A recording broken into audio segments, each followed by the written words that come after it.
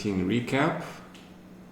Okay, and today we have a final round which I'll do the live commentary because it's an amazing round. All the leaders play each other, and the fate of the challenger for the World Chess Championship crown will be known later today. All four people have a chance. I'm actually curious why Fabiano's picture is not here. I think they're trying not to jinx Fabiano, probably, right? But okay, very interesting. All right, so let's go to the games from the 13th rounds. This was a little psychological thriller. Let's see, e4, e5, knight f3, knight c6. I'm surprised bishop b5, okay. Jan, specializes in Italian game, but here he plays a lot of Spanish games actually. Bishop c5 is very unusual from Nakamura, and c3 is obviously the principal move, but he castles, Nepo castles, goes safe, and knight e7. Yeah, very, very unusual, very unusual. So the idea is similar to the lines where black plays knight e7 first, and then goes knight g6, and then black develops the bishop.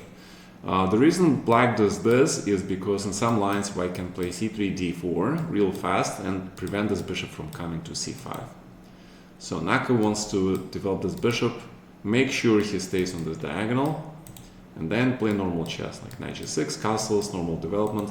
Yeah, this is a pretty modern way of playing the Spanish opening for black.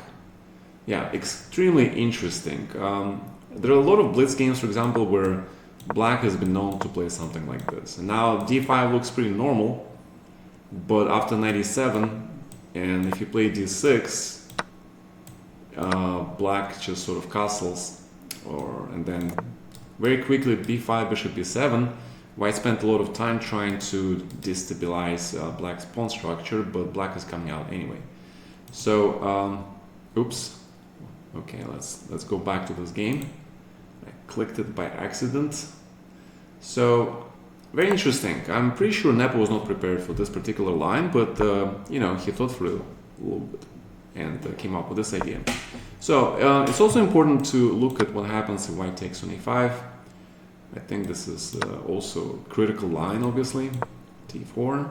Now black can play bishop a7, take on d4, play b5. All sorts of moves are possible. What is not possible is probably this move, because then this bishop comes under fire, and it just doesn't look good to allow white so many tempes. Also an attack, queen comes here, knight, rook. Yeah, it doesn't look good.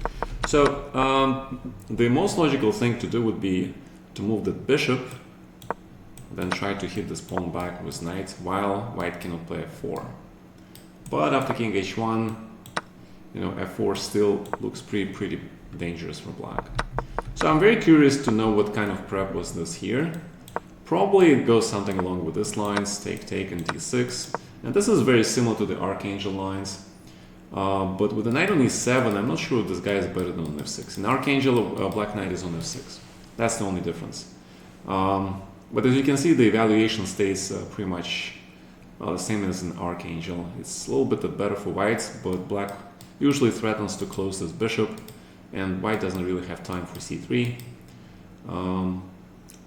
Because black then is very quick with d5, and the queenside pieces are not that great. But again, very interesting. But Nepo plays c3, very logical, and goes for d4, bishop a7. Okay, so we're back in this sort of tabia position, and the big question, like, what white is going to do here? There's several ways white to play. Again, as we mentioned, there was this way with d5, d6, but that kind of opens the bishop. So normally, white tries to oppose his bishop with his own bishop, just like an Italian game, and then plays solidly in the center. With the only difference is knight on g6 for black than on f6, and it's a big question where this knight is better. I think knight on g6 actually makes a lot of sense, protects the center, and also does not prevent black f-pawn from going to f5, which is going to be a pretty aggressive way of playing this position for black.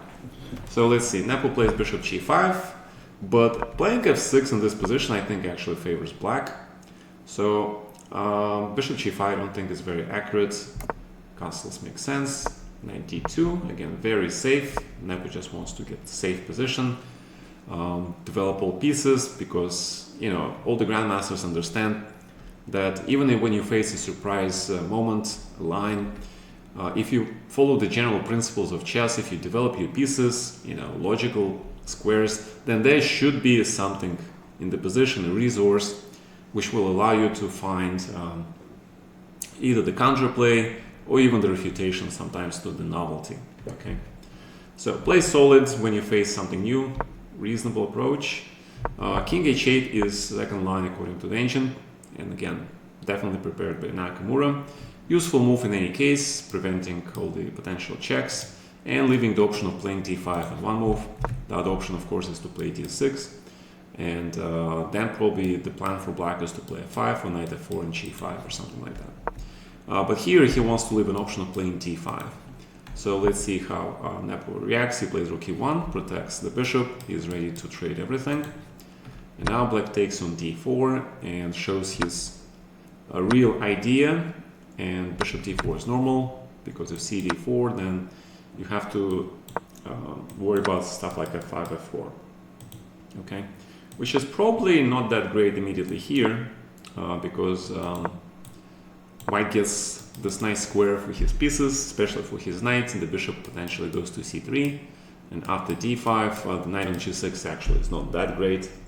So probably 97, the computer suggestion to activate the knight, put it into the center is better, and then bishop goes to f5. But again, it's a completely different game. Yeah. So Nepo plays bishop d4. He wants to get rid of this bishop, keep his rook on the open file. Black must take, and black must play d5. The engine says that you have to play d6 and play it a little bit passively, but d5 is in the style of the preparation for Nakamura. He wants to play active chess. Also, white is forced with a choice how to play the structure where he ends up with this isolated queen pawn position. So taking on d5 is logical, and also knight e4 is logical. Yeah, knight goes to the active square. Potentially knight goes to c3, play d5, and we're gonna get the position where white pawn on d5, sort of weakness, but also potentially strength, will be compensated by the target on c7. So the big question here to evaluate this position properly is to figure out if this f6 is good for black or is good for white. Yeah, because obviously this diagonal is weak, which makes possible a lot of future things like sacrificing on h7, mating patterns, but also this pawn takes away some squares, some key squares from white pieces, and the only weakness is this knight on g6. It doesn't do here anything. Yeah? So you really want this knight kind of on d5, ideally, or the bishop on d5, and the knight goes to f4. It's like, again, we have reached this very similar pawn structure in quite a few games, like even the last round, right, and round before. Also in the position where Naka beat Kurana, right, with white, it was also kind of the same structure. So this shows that Nakamura is very comfortable with this isolated queen pawn. The natural aggression that the structure provides for white, because this pawn provides a lot of squares for white pieces, is potentially looking to go forward and creates weakening of the black king. So again, Naka plays this on the white side. Yeah? Now he has to play it on the black side, and let's see what he does. He plays queen d8. Move played after he actually here thought for 15 minutes, which I find odd.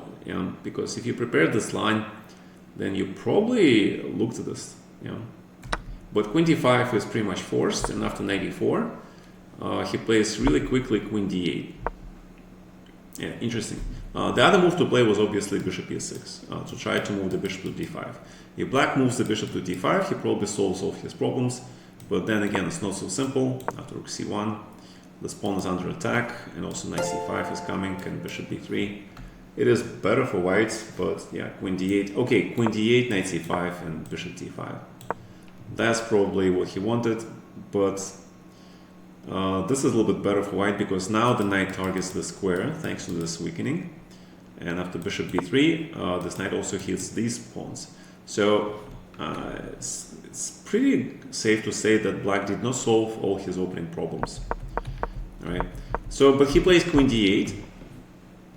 The idea is to play f5, get the queen to the king side, and start aggression against the white king. Yeah, makes sense. This move is passive, yeah, because black is going to play f5 anyway, close his bishop.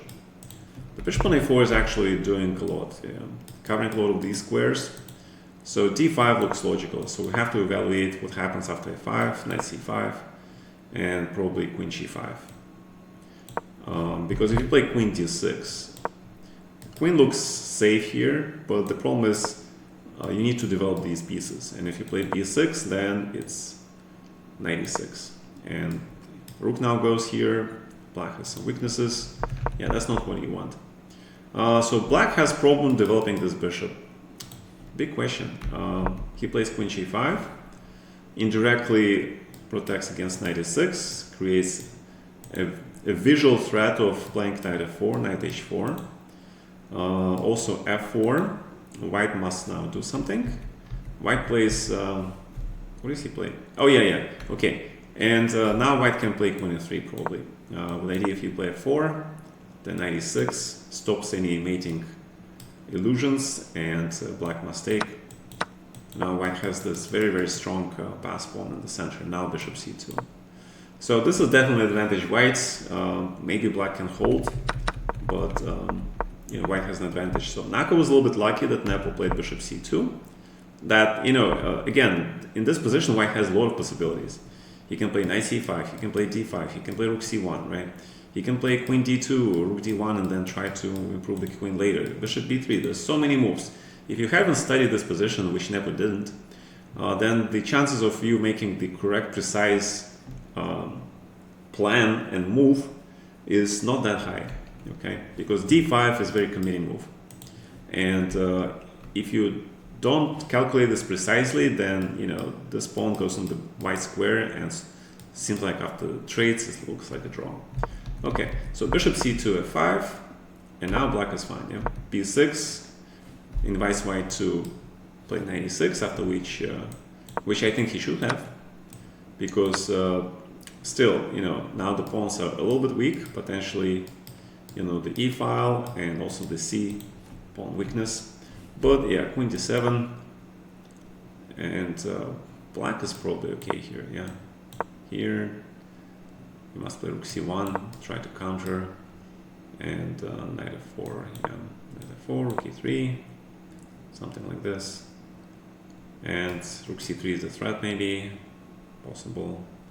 But if you play rook c3, then black can take on d4 because it will be check here. So this looks like black can hold this. Alright, but Nepo knight d3 is, I don't know, kind of weird, man. The problem is that if you take on d4 after knight e5, this endgame is better a little bit for white. A little bit, yeah. But, you know, temporary extra pawn for black, but you cannot allow rook e7 for free. So if rook e7, okay, here, then rook d7, then you have this tricky move, rook e1, defense. Then we got massive trades, bishop c6, perfect move, and it's a trade, yeah. And now it's just draw, yeah, because check is rook e8. Yeah, again, lines which are very concrete. I think bishop d7 is very logical, developing the bishop, creating queen g5 idea. So white is not better anymore, and now they have to do something, yeah. d5, yeah.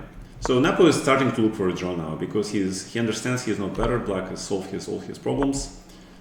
Expected knight f4, to be honest, but probably they calculated g3, and again this leads to a draw. If you take on d5, this leads to a possibility where the bishop finally, with the knight, gets to the f7 square, which is critical. Yeah, because if you play rook d8, oh, you can't, because take, and check, and back rank, yeah. So, right. So a lot of tricks, yeah, from both players actually. Very interesting. So rook d8, bishop b3, attack, protect, Same idea, knight f4 now runs into this, because black doesn't have this back rank protection. So c5, very interesting move. Black sort of demonstrates that he can make this weakness into a strength if he managed to play b5, c4. And now white has to decide something, because if b5, c4 happens, black is better. One of the ways the computer suggests you is to play here and h4, but I'm not really impressed here. Either queen f6 is fine. You need the rook on the h file, not the pawn. So c5, Nepo plays knight f3, and the idea is if you play queen f6 here, which I think probably is still playable. I'm pretty sure the both saw rook e6, and this trade, of course, favors white because this pawn is untouchable, and rook goes to d7, huge advantage white. But you can still take this guy, yeah? You can still take this guy because you can take this guy based on the spin. And now black is better. So white must play rook b1 first, queen c3. If you take on b6, it's still take, and knight f4, yeah? And it's still pretty equal. The problem is if white plays rook c1 here. Apparently this is a big problem because queen now, if he goes to b4, there is rook c4, and suddenly rook g6, rook h4 is coming into picture. Okay, or knight g5 in the attack, yeah, because both rooks are in the game. So the grandmasters saw this idea, yeah. That's why Naka plays queen h5, and now the threat again is renewed, knight f4 or b5 and c4, and white must be careful. So Nepo understands risk, he plays knight e5, and that is a tacit, offer of a draw. The thing is, if you take on d1, and if you try to play for a win here, rook d6 runs into knight c4, you must trade this knight. Now the d6 pawn is rolling, so rook d6, block on the dark square, the rule in chess, yeah. Rook e7, bishop c8. The problem is that white's rook is very, very active. This pawn takes away resources from this whole rook, and now rook c7 is probably critical. Stops b5, c4 idea completely, and black must try to trade this rook, but again the problem, the rook e7 is also coming. So this looks like better for white. Black can probably hold this, probably, but it will be a lot of problems. Because white will start attacking stuff. Now rook is wonderfully placed, protects, attacks, yeah. And again, how to deal with this rook is absolutely unclear. Like rook c8, you're not gonna succeed in removing this rook. This rook just keeps going on the 7th. And if you play any c4 idea, then the bishop only helps attack. Like attack, king d4. And white is better because rook on d6 is terrible blockader. Okay, terrible. Yeah, rook is among the worst blockaders in the game. So that's why Naka plays queen g5, and white doesn't have much than agreeing on a draw. So they repeated 3 times, and Nepo called the arbiter, I think, and they agreed. Not agreed. They actually didn't agree. They just sort of claimed the 3-fold repetition. Okay, so it was a little psychological thriller. I kind of liked it, but it was a draw. Then we have this this whole bunch of other great games. Yeah. So let's start with this game, which I think finished first. Gukish versus Alireza, the game that propelled Gukish into a clear first place before the final round. Actually, was extremely interesting game because I think Alireza solved all his opening problems. Anti-Berlin, standard stuff, but knight d4, I like knight d4. d6, and I'm pretty sure Gukish was not prepared for this particular line because he plays really safe but a little bit passive chess. What helped him though was that Alireza played for wins very hard. Black is actually better. After what? How many moves is it? 13 moves, and black is already better. The whole point of this d5 move, if you take on d5, black has a4. You cannot take the pawn because bishop takes knight and rook takes bishop. You cannot play bishop c4 because bishop is trapped. Yeah, take first, no, and then b5. Because if you play b5 immediately, there's still some tactics like, you know, take c7 and queen a8, and you know, things are not very clear. Still pretty good for black, but yeah. So, and if you go bishop c2, then black just takes on d5, passive bishop, strong center, advantage black. So you don't do that, okay? So he plays bishop c2 immediately, stops a4, but makes sense, protects the pawn, but it's clear that black is better. Yeah, center, better pieces, better bishops. Yeah, and white's only chance is to play knight f5 and sort of make a draw here. However, Alireza starts to, you know, play a little bit aggressively. G6, I understand it's the ancient first move, takes away the knight square, but in the long run, you know, there's this weakening of the dark squares. But okay, still okay. Rook e1, safe, solid move. Bishop e6, development, good. White takes because if you play h3, now there is d4. Yeah, that's the whole point of bishop here. If you play knight c4, now bishop can actually take, and this guarantees black this wonderful square in d4 for his pieces, an advantage. And now knight goes to h5, e6, d4. Terrible bishop, so not what white wants to get. So he takes on d5 and starts to play for this structure. And now h3. Again, black is actually increasing his advantage here, but he needs to find a good plan because white is now going for knight g4 or knight f1 and trying to get his pieces into the game, especially this bishop. Figure out what to do with this knight. This knight is horrible. Yeah.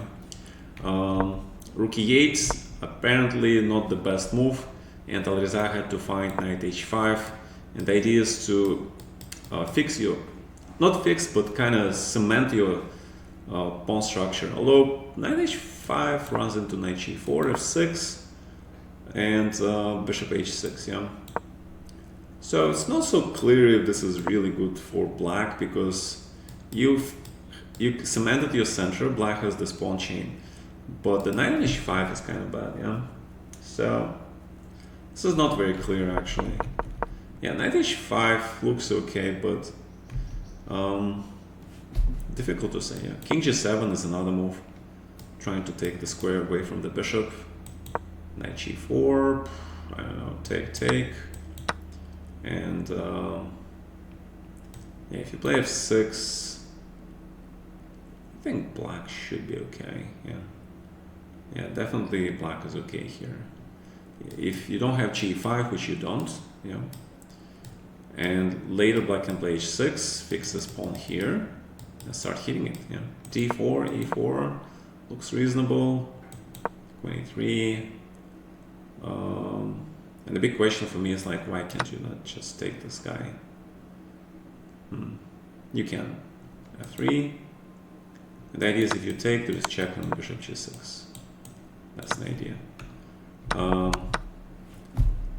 and then bishop f5. Yeah, so it's a little bit tricky here. So when white plays queen e3, maybe just f5. Yeah, f5, and try to play on this closed bishop. Again, you kind of need to analyze this deeply, and we're doing just a recap. So h3 is played, rook e8. You know, rook on e1, rook e8, developing rooks, standard stuff. Bishop a4, interesting. Knight f1 immediately is also not so bad. And e4, first line, yeah. Take, queen e2. So rook e7. So we got to this critical position. The problem is that knight on e3 is not so bad actually. Knights are best blockaders of the pawns in the game. The pawn on e4 is providing black with some attacking chances, but you really need to connect it with the f5 pawn to make it work.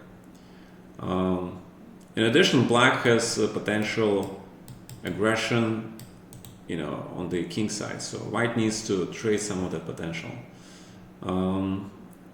Here, white has a pawn majority on the queen side. So black definitely do not want to play here. Black can consider trying to get the knight to d3 thanks to this pawn. Makes a lot of sense. And also, you know, f5, right, coming, and knight to e5 or c5. I think that is the most logical way for black to play here.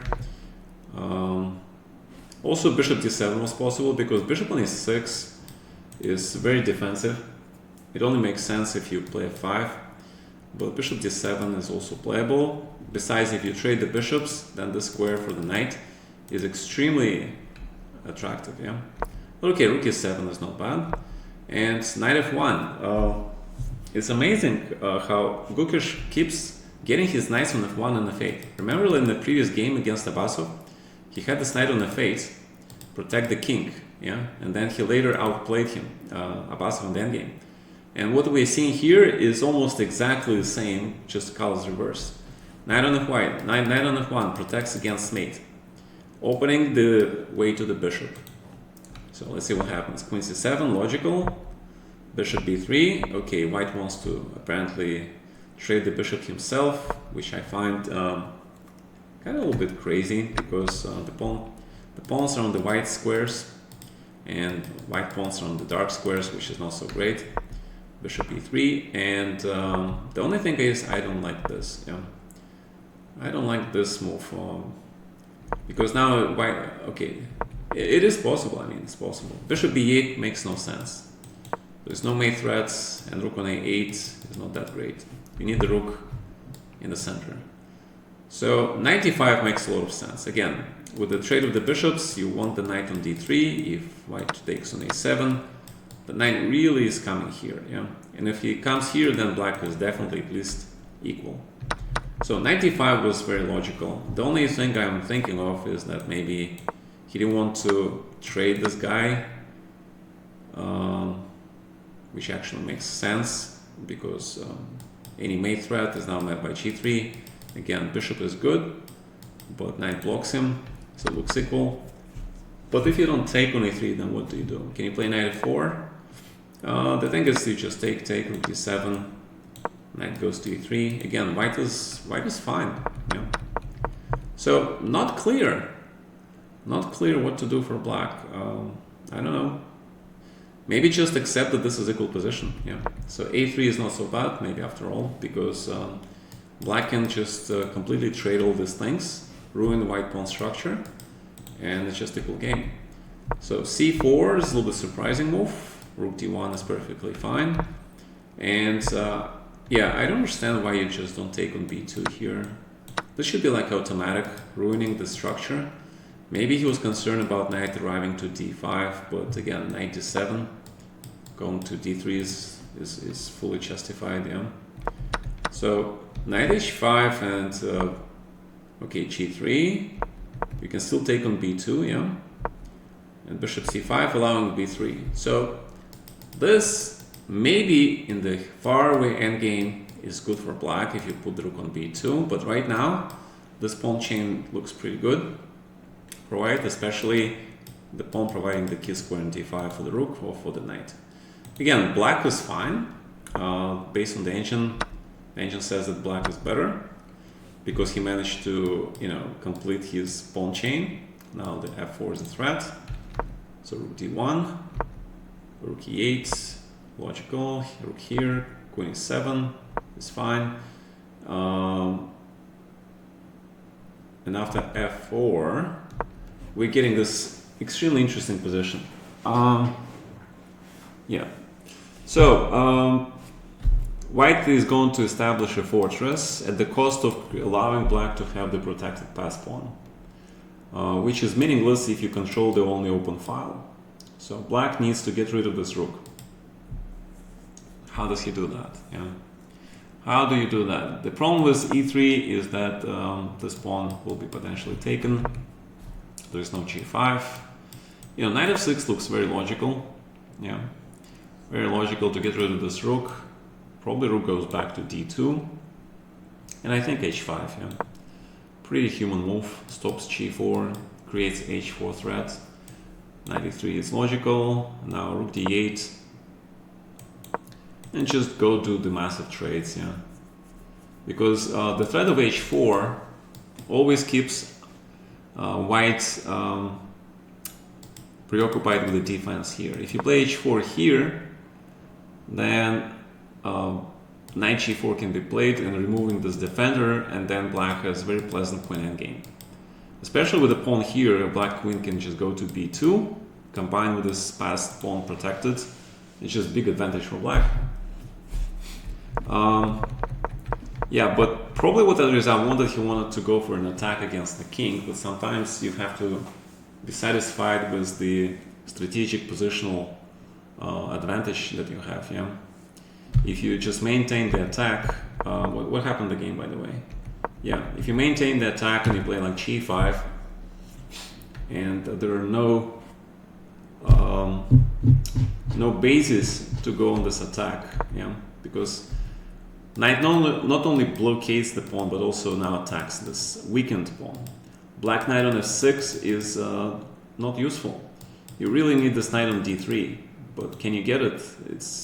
I don't see how you get it. Yeah, maybe you can play knight d7 here, but the problem is after knight e3, knight c5, white gets this knight, and after queen e3, you cannot play knight d3 because rook is unprotected. Okay. And b6 runs into knight b6. So black cannot get that. That is a big problem. So g5, knight e3 takes, queen f7, tactical protection of the pawn, king h2, knight h5. Actually, I think black played well here. Even though he was down like to 4 minutes, the usual his time trouble thing. Rook g6. Logical, why not? Put the rook on the open file, rook d5, and knight g7. Black managed to protect the pawn, but look at this position, yeah. Just a few moves ago, black knight was sort of active, threatening all sorts of stuff. Now he is in extremely passive position. Potentially he can go to c5 and hit this guy, but right now white is actually being more aggressive here. He has the file, save king, there are no threats, knight holds and queen holds these squares together. So black is worse. Black is worse. Rook g6. Black is okay with a draw. But now Gukesh makes a move. Yeah, he thought about it. He passed the time control, and he realizes that this rook is extremely strong. Now you can see that these pawns are actually weak, right? They're disconnected. Rooks is holding the d file, is being protected, potentially can swing to attack these pawns again, but most importantly hits this pawn and forces black knight to this extremely passive square. I mean, black is still okay, but he needs to find ways to activate his pieces. Takes, king h8. Again, complicated position to play for black. He has to be extremely accurate. But check on g6 and knight e6 looks very logical. Yeah, pawn is protected, and you activate the knight and start hitting something in return. Makes a lot of sense. King h8, he probably wants to play rook g8, queen g6, but king f2. King is going to the center. Potentially the king can go to b4. So white is looking forward to trade the queens and a favorable endgame. Okay. So black is in a huge problem now. Rook g8, queen g5, not correct. Queen h6 was better. And this is not correct because it allows this queen g7 trick, and now the queen can enter here. Although after queen e5, still looks okay. Take, pawn takes, rook takes, then you have check. Still advantage white, yeah. Yeah, white has to be accurate here. Knight c2, this pawn. But okay, black has some sort of counterplay. Probably a mistake with the rook, yeah. Rook takes, knight f4. And rook takes c4, then you take an h3. Decent chances for black. Probably what is better is actually to give a check and play knight b4 here. Check first. Knight b4. And you finally hit this guy, yeah. Yeah, but after knight e5, rook e1, this knight has no moves, rook e1 is coming. It's a problem. Yeah. Endgame is always better for white. It's just, again, pawn structure demonstrates it. So he plays queen g6, but it's bad because after rook d6, knight is not going to the square. You need this knight here, and white just prevents that. So, and if you take the pawn, extra pawn for white, and 2 extra pawns. Rook e7 stops e3 completely. Rook h6. The c pawn moves. Yeah, everything's protected. B pawn. Very accurate. If rook moves along the third rank, there is knight f6 with the mating pattern, so the rook must go back. And now rook b7. Threat is b5. He's trying to get the king out of the mating zone so he can free up the rook, but that allows b5. Yeah. So, but if you play rook c6, actually that's still b5. Yeah, knight f6. Yeah. So black is completely lost because white has too many pawns and black has no threats. Passive rook, everything. Yeah, this was extremely well played by Bukic, especially the endgame. Yeah. Yeah, and all that happened because Arizal went with super aggressive g5, yeah. He went a super aggressive g5 instead of playing h5 and trading rooks, and then black has advantage. Okay, because at some point the threat of h4 forces h4, you put the knight on g4 and force the knight trades, and again, superior structure, active queen, potentially b2, trading the rooks, black is better. All right, fantastic game. Then we have the draw. The draw between Vidit and Jat Abbasov. Petrov, drawish opening. Trades. White is a little bit better in this line, but black is very, very solid. This apparently is the engine line. Bishop g6. Now he takes on g6. F6. Pretty sure both players prepared this. They know this stuff. Bishop f4, second line, h6, the threat of g5, queen d3 allows g5, and bishop e5 is the only move for whites to play from advantage. If bishop d2, bishop is very passive, and then black plays bishop d6, rook f7, black is completely fine, so bishop e5, try to keep the piece here, rook f7, of course, create pressure, attack the knight, rook e3, but white protects. Again, black has pressure on the f file, white has control of the e file, potentially queen g6. The game is a little bit better for white, but black is fine. So queen e2, protecting the pawn on f2, so the knight can move. But rook f5 stops knight moving because of the trade. b4, okay, makes sense, rook back. I like knight a7. The idea is to play c6, move the knight to d6 and c4. Thanks to this b4, knight now has potentially the square here. Okay, and also to go to f5. The bishop has no moves, otherwise you would really want to have this knight here, because if you play g4, and I think that's what you should probably do, with the idea of bishop g3, try to get the knight to e5, and just bishop d6. Yeah. You take, and actually pawn can take. And the problem for white is now this square is really weak, and knight goes to g6, and black threatens to be better. So, yeah, these squares are mutually exclusive. All right, so knight a7, what happened in the game? g4 was played actually, a5, bishop d6, black is ready for knight c7, knight g6. This prevents knight e7, because we have triple hit here. Apparently knight e7 is still playable. Oh, okay, because you take with the queen, right? And you take here, take on f3, but. Okay, I see what you mean. Queen h2, yeah, that's the problem. The only move. After king e2, queen h3, we get super sharp position. Super sharp position, and white must actually make a draw here, king f1. He cannot go king d3, because if black takes this pawn, these pawns are very fast. And after this is just a draw. Alright, so it's another draw. So what did they play? They played queen queen d8, and black just stands. Because the moment white plays bishop g3, capture, and knight d6 goes to these squares. Black couldn't capture an e5, obviously, because of the fork, so queen d8, he's thinking about taking this bishop.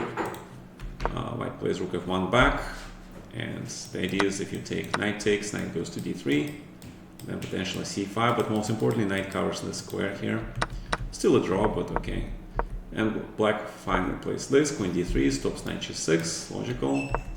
G7, king g1, knight c6, okay, black maneuvers, but white just stands, yeah, because knight is not getting to the square. There is no way for this knight to get here unless you play queen e6, which runs into the rook move. So neither side can improve their position, okay. So a draw, logical result if you play such a boring opening and don't play for a huge advantage with white. And then finally get to this game, which is actually amazing, right? It's amazing how both Americans, they were +1 and 50%.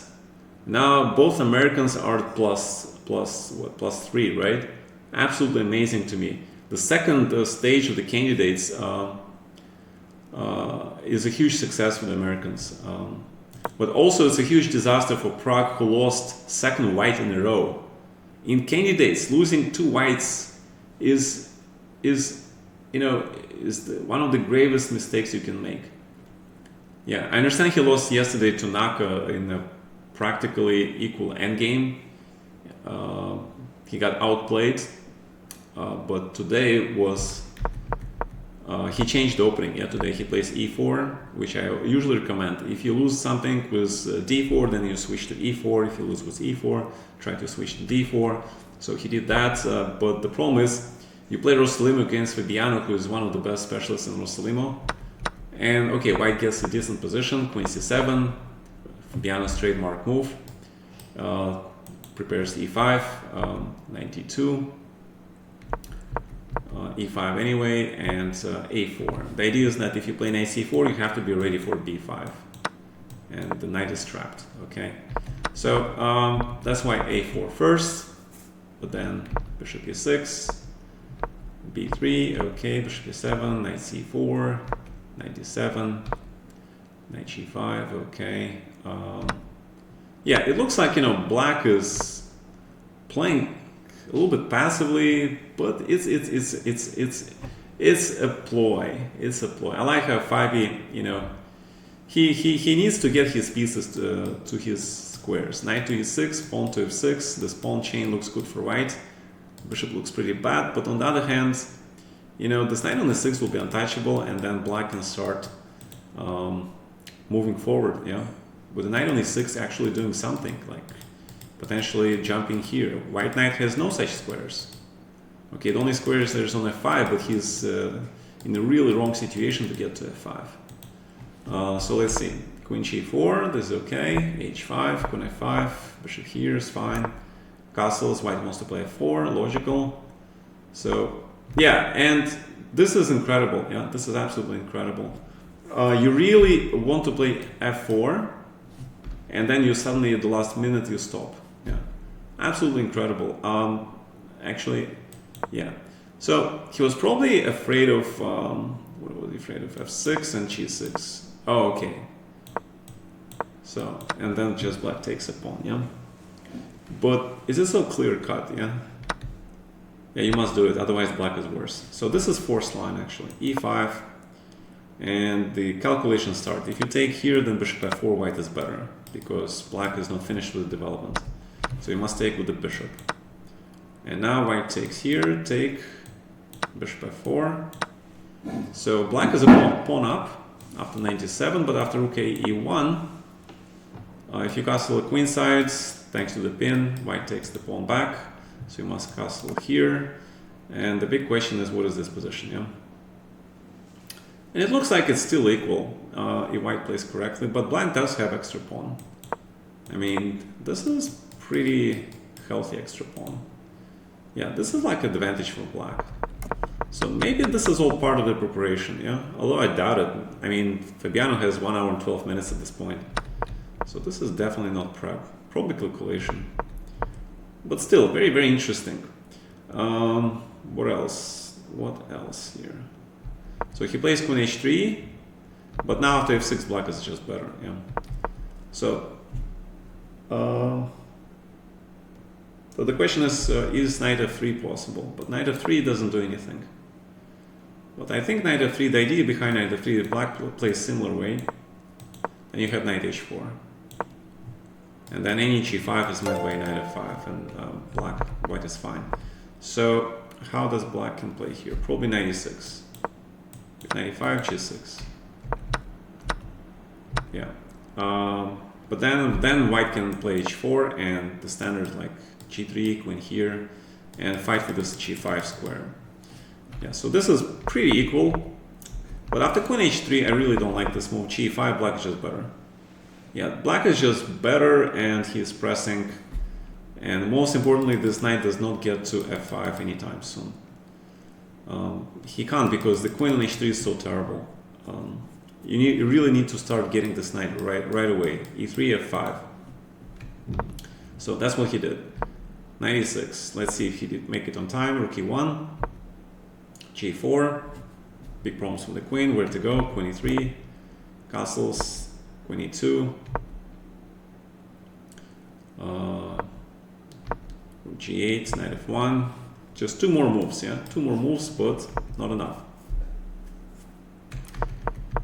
h3, and I really like this exchange sack by Prague, because this is close position, and rooks need space to operate. So I really like this sack. I felt like, Fabiano maybe shouldn't take this rook immediately, because then he ran into this huge technical problem of converting his exchange precisely because the position is closed. But okay, but this is very safe. Now it's clear that only black plays for a win. So this was a game if black can convert his advantage or not. And one of the ways is that black needs to get rid of this knight. Yeah? And if knight gets to f5, black can just give back an exchange, but win this pawn, then black is completely winning. So that's a big fight now. Yeah, white is trying to prevent bishop h6 trading the knight, and prevent rook h5 taking on f5. King b8, queen e2. King goes as safe as possible to the corner. White king tries to do the same, and the idea is that white wants to play knight f5 only when bishop is here, because then rook won't be able to hit the knight. Yeah? So rook h7, black now starts to maneuver. Queen d1, I think is why not. Rook g7, okay. Queen d8. Yeah, this is not very clear, but I think at this point both sides are just making some moves to make time control, and then they want to think. Besides, black is not losing anything by trying out different positions, sort of. Queen e1, it's okay, but yeah, rook b3. Yeah, although I don't really like queen e1. I think queen should be here, keeping an eye on this pawn. Probably Fabio is concerned about f3, queen f3 idea, which is also very interesting. f3 here, but now queen a5. Yeah, and if black can get this pawn, then he is winning. So white needs to protect this pawn. He does need to protect this pawn. I agree. So maybe bishop b2 and rook a1. Yeah, keep the pawn on a4. But he plays queen a1, stops queen a5 in the first place. Rook h5. Okay, just fooling around, and black now finally finds a plan, tries to improve his bishop to a5. From there, the bishop can run to d4. Okay, so white really needs to stop this. He stops it with bishop c3, queen d7, but look at the bishop. Yeah, black bishop improved, managed to improve and stop white from hitting this guy. So a lot of maneuvering. Bishop going to f8 again, and finally white plays f3. And the whole point of black was to play bishop h6 again. Yeah, now he can play bishop h6 and knight f5. You can take on f5. So white has to play f3. Actually, he is forced. Yeah, take rook h7. But what is this? Yeah, I don't know. Actually, I think it helped white more. Yeah, except that maybe king e2, yeah, to add additional rook play here. So I think Pragg defended really well here. Really well. Bishop d2. Bishop on c3 is fine. Why we touch this bishop, I'm not sure. Probably he wanted to stop rook g5 completely. So knight on e5 and bishop here, they block black bishop on f8. Again, very hard for black to win this.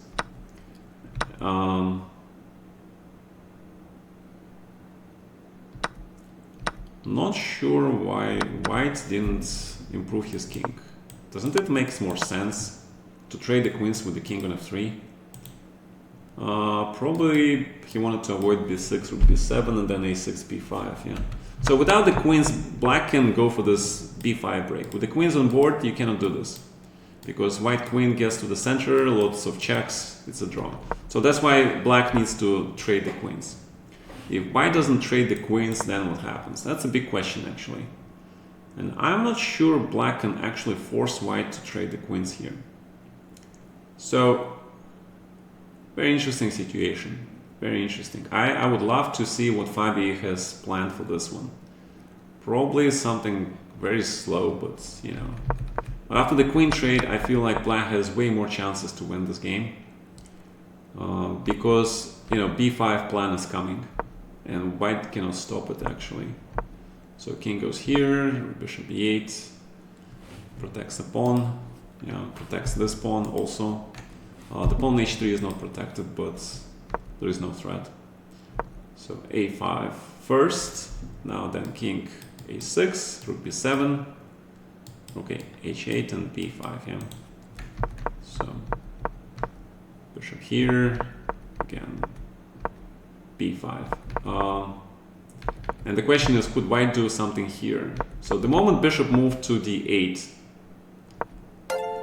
all right, the moment that bishop moved to d8, what can white do? Play bishop h6 maybe. But you don't threaten to take this pawn because you lose the bishop, so I don't really see the point. Bishop c7, it's gonna be rook b8 anyway, and black is gonna play b5 anyway, yeah. So, this looks lost to me. Black found a way to break through white's defense. b5, take, bishop 93, okay, bishop d8, rook c8 is fine. I saw some commentators commentate this live and they didn't understand rook c8, but I don't think it spoils anything.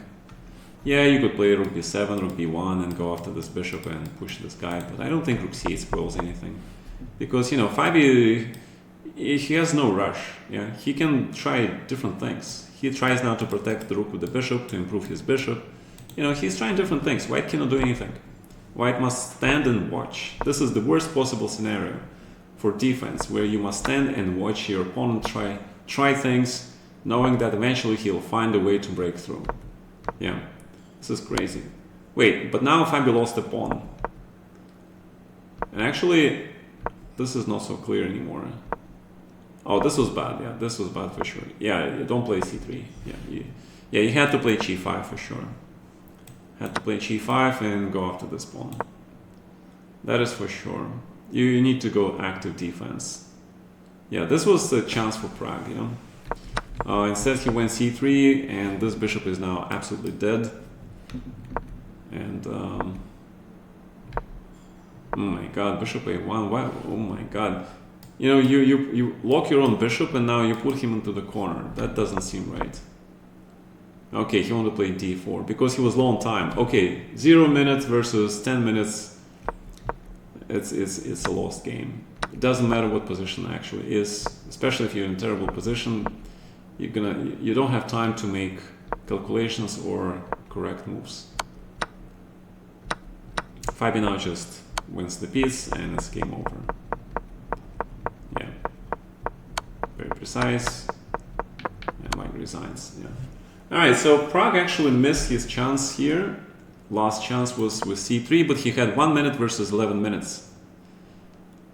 That's why you need more time, gentlemen. More time, okay? Leave yourself more time because maybe your opponent He's not playing perfectly, and you have a chance to save the game, and that's where it is. That's where you need time. All right, so this was the last game of round 13. We have final round today, which I will commentate live. But let's see. So the tournament situation is as follows. Gukish clear first, 8.5. Then we have 3 people, Jan, Naka, and Fabiano. And then everybody else is like far behind. But incredibly, 4 people, all of them have a chance to win the tournament or get to the tie breaks. And that's I've never seen tie breaks for the candidates before. I haven't seen tie breaks since the matches, the candidate matches. So this will be the first if there are tie breaks. So let's see who is playing today. We have the leaders playing, by the way. Naka playing white versus Gukish. Naka is half a point behind, so he wants to go for the tie breaks. He must win the game. If he wants just to stop Gukish and let Fabi has a chance, then he has to make a draw, and Fabi needs to win to catch Gukish. If they all draw, then Gukish is the champion. Which is absolutely incredible to me because this is a very strong tournament, and I don't recall a 17-year-old ever in history winning candidates before. So potentially this is a history-making event. All right, potentially, but I really have strong doubts about Gukish surviving Nakamura. To be honest, Naka is going to use all his experience, all his, I would say, even cunning. Okay, Nakamura is a very cunning, calculating, smart player. Okay, extremely cunning, like a fox, you know, that hunts, goes on a hunt. All right. So, and Fabi versus Nepo, these guys like know each other, like they played each other so many times. If there was a novelty that Fabiano cooked for this tournament, this is the moment to uncork it. Yeah, this is definitely the moment to uncork it, because Jan is a little bit shaken. He was leading the whole tournament, but now suddenly Jan finds himself in a position where he is half a point behind the leader. He's not going to win the candidates. He's not going to get the free ride to the World Chess Championship and free ride back to the candidates and make a ton of money, which he did in the last 6 years. Because, guys, this is the most lucrative way of making money. You stay in the candidates, you win it, you play the World Chess Championship match for millions of dollars. Then you lose it, then you go back to the candidates, win the candidates again, then you play the World Chess Match Championship again, because these are the most money tournaments ever, candidates and the World Chess Championship match. So if Nepo does not win this, he will have to do the qualification like everybody else again, from the Grand Prix, from the World Cup, you know, rating, etc., etc. So, you know, he must pray that Gukish loses. But if Gukish loses, then he'll have to catch Nakamura, right? Which he will do. Oh, he won't do because they both. So Nepo is not going to win this tournament, okay? Unless he wins this game. Yeah. So either if Gukish holds a draw, or Naka wins, regardless, there will be a person with +4. So Nepo and Fabi, if they both draw, they don't catch the leaders. So one of them must win to guarantee himself a chance for a tiebreak. Yeah, this is an extremely interesting situation, which means that these guys, you know, draw to these guys is same as losing. It's incredible, yeah? It's incredible. Draw is same result as losing. I mean, not in the terms of monetary reward or placement in the tournaments, yeah? I mean, there's substantial dollar difference, but I don't think they care about the dollar difference here. They want to qualify. And draw is the same as losing. And it's the same goes with Nakamura, yeah? So draw to him But I think he's okay with the draw. I think he's okay with the draw. But after winning 3 games in a row for Nakamura, right, and then he coming so close to beat the tournament leader to qualify for the World Chess Championship title, do you really think he's gonna stop here?